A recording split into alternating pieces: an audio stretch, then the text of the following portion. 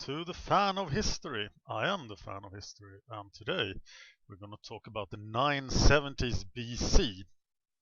First, my usual disclaimer, I'm just a fan of history. I have no formal education. I'm happy to be corrected.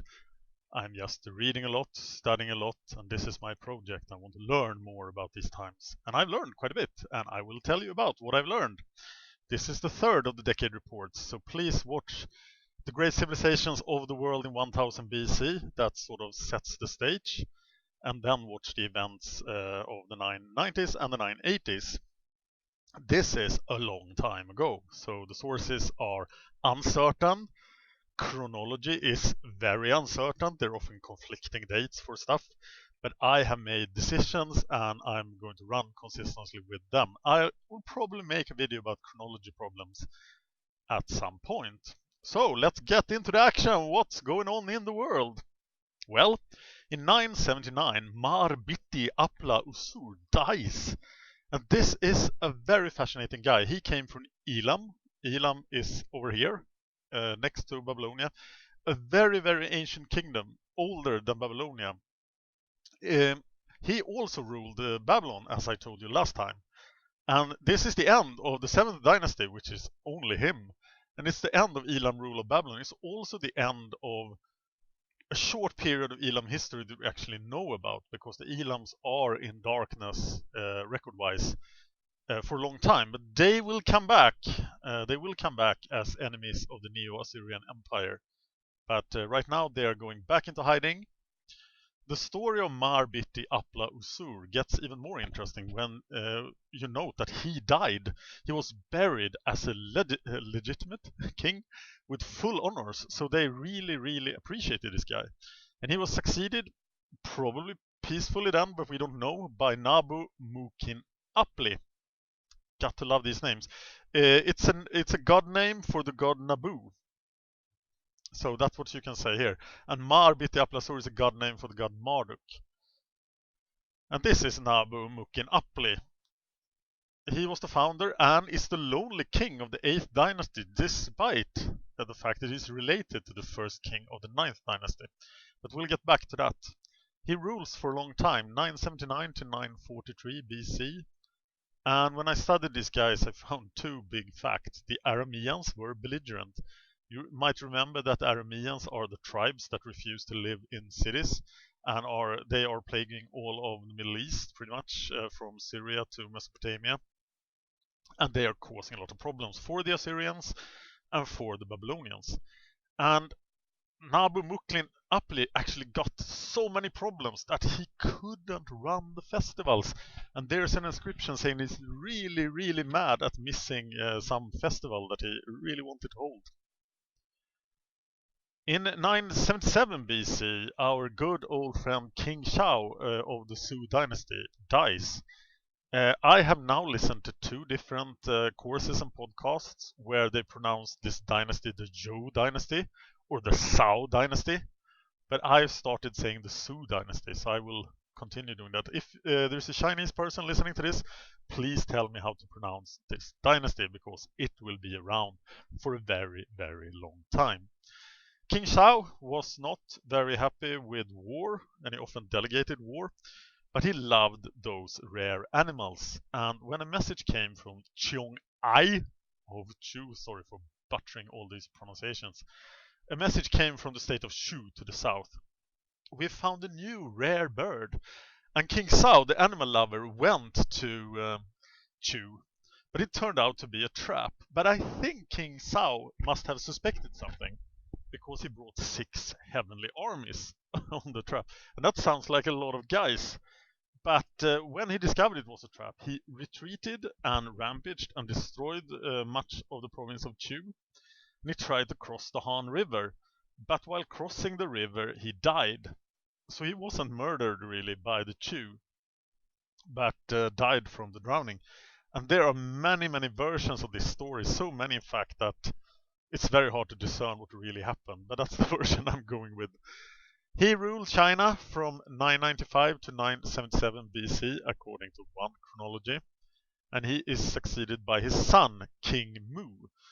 And with King Mu, who I have not found a good picture of, With King Mu, the Zhou dynasty gets one of its most powerful rulers, one of the greatest king of the 800-year dynasty. But you will see that this dynasty is now living at its peak. It's early in the dynasty, but it's going to go downhill later. This reign is so long. He reigns for, was that 54 years, until the age of 105.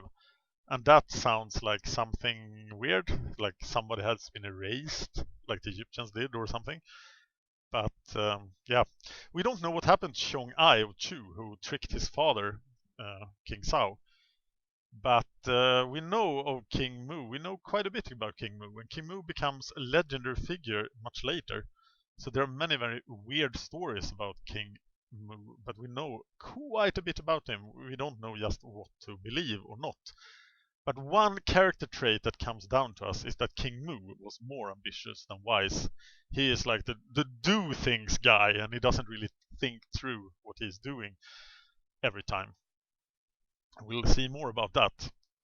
There's a really weird story about how King Mu meets a robot, but I'm gonna tell you that story in the 950s episode. Well, India, I have received some help, and I want to especially thank Ajatra Shatru, another name I'm going to butcher, I'm sure, from the Historum forums, who has helped me with the history of India. So we know now that this is the peak period of the painted greyware culture, and there are no written records from this period. The Brahmanas and Sulbasutras come down to us, but as I understand it, they came down to us orally and they're not yet written down. Kuru is a city-state and became a considerable political power already in the late 11th century, probably. And everything here could be much older. This is a subject that is actually being debated and discussed, and there are new things appearing on this subject, even as we speak. So I might later have to go back and update Indian history of this period. But yeah, thanks to Ajata for helping me out. In Europe, not a whole lot is going on. The Villanovans are still 70 years away from their official start date of arriving in Italy. But the Latins, they are already on the Palatine Hill, actually. And I've received some data about the Palatine Hill, which shows that Latins have been there already. There is people living there, and by this point they are probably Latins. I'll include a link in the show notes. So, I already have to make decisions about Rome. The Roman Empire is the most interesting and greatest empire in my mind, and I've always been a fan of Rome. But I can't really, if I don't believe the Old Testament account of David and Solomon, I can't really believe anything that is said about Romulus and Remus, especially as the Palatine is already inhabited. And this is still 220 years before the official founding of Rome. So what I'm gonna do about Rome, I might do a special of the sort of founding legends and the early kings, but just the legends. I'm gonna start to consider Rome as an historical and important place from the year 616 BC. So if I go that far as the 610s BC show, you will learn about Lucius Tarquinius Priscus, the 5th king of Rome. But that is way down the line because we're still in the 970s. And in sometime close to 977 BC, also a very contested date, Pharaoh Siamun of Egypt sacks Gezer. Gezer was a Canaanite city-state in the foothills of the Judean mountains. It was a Philistine city. The Philistines are quite a new people to Canaan. The king of Gezer swore fealty to the Pharaoh during the New Kingdom, and he is now, since the Bronze Age collapse, Egypt has lost the grasp of Canaan, but this king especially has angered the Pharaoh for some reason, and there is a relief in the temple of Amun at Tanis that shows Siamon kicking the ass of Gezer. This episode also appears in the Bible. But in the Bible, Pharaoh sacking Gezer is not named, and he's allied with Solomon, who has a great kingdom in Jerusalem in the Bible. And Solomon says, Pharaoh Siamun, could you please go and kick Gezer in the head? And Pharaoh Siamun says, yes, great King Solomon. But Siamun doesn't mention this. He doesn't mention any kingdom around Jerusalem. And the Bible doesn't mention Siamun by name, but there are still two different unreliable sources. So when there were archaeological digs in Gezer, they found the destruction layer. So I think what happened here was that Siamun went into Canaan from Egypt and destroyed this city of Gezer. And these are the ruins that can be still viewed today. In 976 BC, a guy called Susennes III becomes high priest of Amun at Thebes. And I don't know why he has that number, because there's been a pharaoh called Susennes I. And I don't think there's been a high priest, but I'm not sure. The 21st dynasty of Egypt is very divided. There is a pharaoh ruling in the north and a high priest ruling in the south, who is like giving word service to the pharaoh, but he is not really obeying the pharaoh. But you should remember that Susennes III becomes the high priest of Amun, and this is the temple at Thebes. Up in the north then, Siamun is the pharaoh, and he is breaking tradition. He's breaking a long tradition, a tradition that has gone on forever. Actually, even since the days of Narmer, no Egyptian pharaoh has married away his daughter to a foreign king. And during the Great Bronze Age, the 14th and 13th century BC, it was very common that foreign kings married their daughters to the pharaoh, but the pharaoh never did this in return. Never. Because if an Egyptian dies outside of Egypt, they will not resurrect. So he will not send away his daughters. But Siamun does this, and this is a great sign of weakness for Egypt. So Egypt divided and weak. But we have Siamun, and Siamun will be around for a little while. And these guys will be around for a long while. Ashurabi II finally dies in 972 BC. He's the king of Assyria, and is succeeded by his obscure and elderly son, Ashur-Isi II. Assyria is still preoccupied, but they have iron weapons, they have discipline, they have good soldiers, and they are about to explode on the world. So in 60 years, the Assyrian doomsday clock will strike. And I will go into detail before that on why the Assyrians are not conquering everything right now. They have had iron weapons for 300 years, at least some of them. And we'll talk more about the Assyrians, I assure you. So, the Olmecs, the great civilization of Mexico, is still around, and we know nothing about what's going on there in this decade.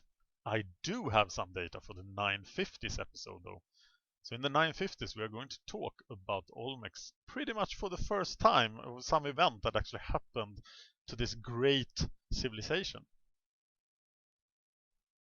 So the next episode will be the events of the 960s BC. The release date will be April the 7th, it's a Monday, because doing this is way too much fun. So I now have decided to do the show weekly, and I really had to contain myself not to do it early. So I will probably do some special shows between. I've already done one on laws of the 10th century BC, so check that out on the channel. You can discuss the show with me on Facebook or Twitter. I would be very grateful if you subscribe, like, and share the shows, because that helps motivate me. And give me feedback. Tell me what I could improve. I am going to invest in better audio equipment, so I apologize for the low quality of audio. I run several other YouTube channels, but I feel that the subject deserves better audio, and I will try to fix that. Thank you for watching The Fan of History.